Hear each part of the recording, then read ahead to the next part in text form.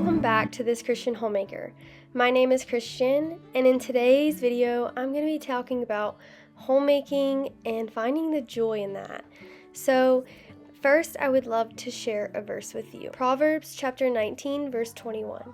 Many are the plans in the mind of a man, but it is the purpose of the Lord that will stand. This verse really resonated with me because it is so true, and the whole Word of God is true. We can make all the plans that we want, but if it's not in God's will for our lives, it's not going to work out. It's not in it. We can force it, we can make it happen, but if you're walking with the Lord, He's going to shut door after door. And if you actually go back to my first video where I talk about career to homemaking, I do kind of give you a little bit of the backstory of my life and what that looked like. However, I just want to talk about that verse real quick that I just shared. And Solomon, he understood the importance of sensible planning. He worked out a design to actually build a temple for the Lord. He arranged the building of an impressive house for himself, and he laid out gardens, and he recognized the wisdom of consulting with others to make the best decisions. He knew the value of diligence when making plans. That starts with seeking God's will and His direction. However, Solomon was wise enough to know that human plans are never guaranteed to work out. He observes here that only God's intents are destined to succeed. Likewise, the Apostle James tells his readers not to be arrogant about their future designs. He doesn't condemn planning, but instead he notes that it should be done in God-honoring humility.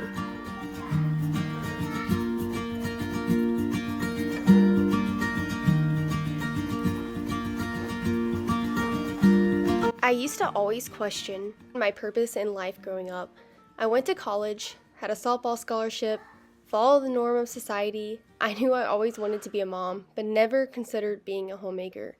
It wasn't in my plan. The more I tried to pursue this career, the Lord was opening my eyes to His will for my life. Instead of being a teacher, I became a teacher of my own kids. My highest calling is to glorify God. I didn't care what I did, as long as it was God's will for me. I made plans, but the Lord directed them. He says in His Word to be a keeper of my home, and that is where I found peace. By reading His Word, I found my purpose.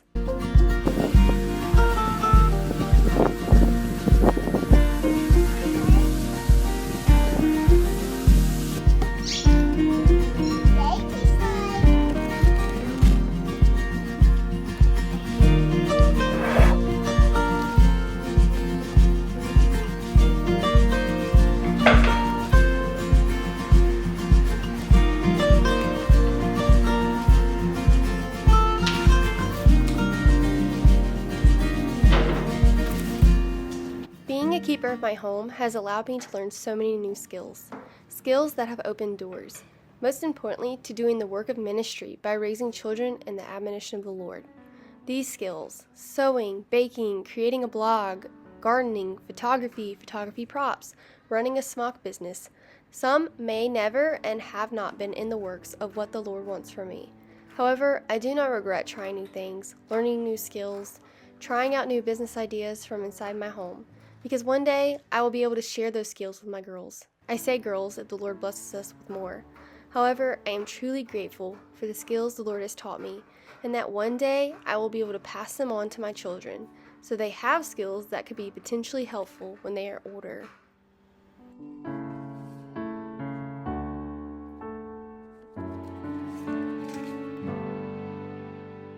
I found joy in what used to be a burden.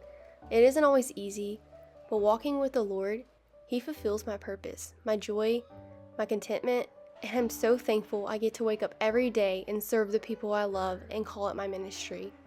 Finding the purpose in my everyday task, but most importantly, knowing that I'm doing the Lord's will.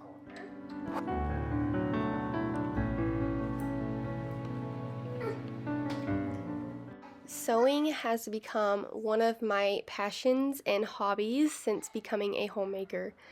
I self-taught myself a little over a year ago, and have just fallen in love with creating pieces and outfits for my children.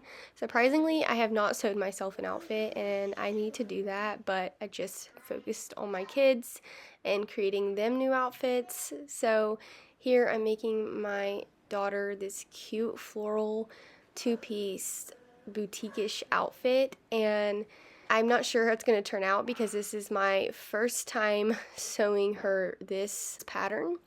So anyways, I am excited to see how it goes. It took me about half a day to sew the top and then about 2 hours to sew the bottoms. And at the end of this video, I will kind of show you how it turned out on her.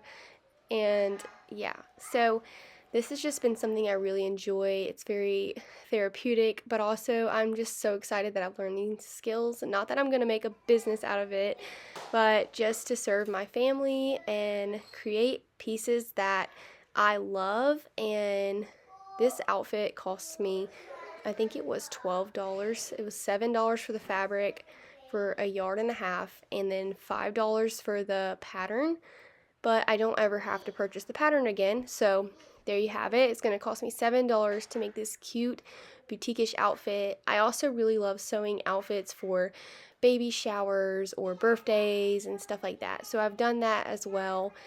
Just really just utilizing those skills to save my family money is a way that I like to help my family out financially. So yeah.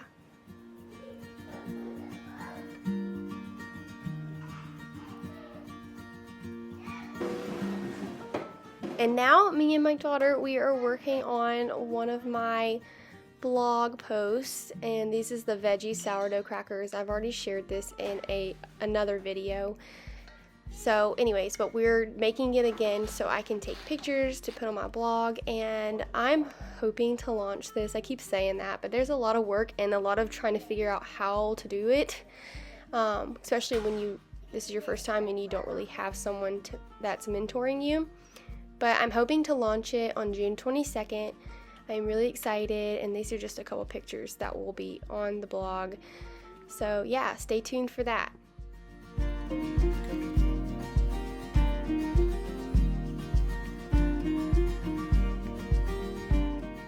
Well, that will be the end of today's video. I wanted to end by saying success doesn't come from homemaking, making money, skills, or wealth. The ultimate success is being saved and knowing God. I hope that you found this video encouraging, and if you did, don't forget to like this video and subscribe. I'll see you next week. Bye!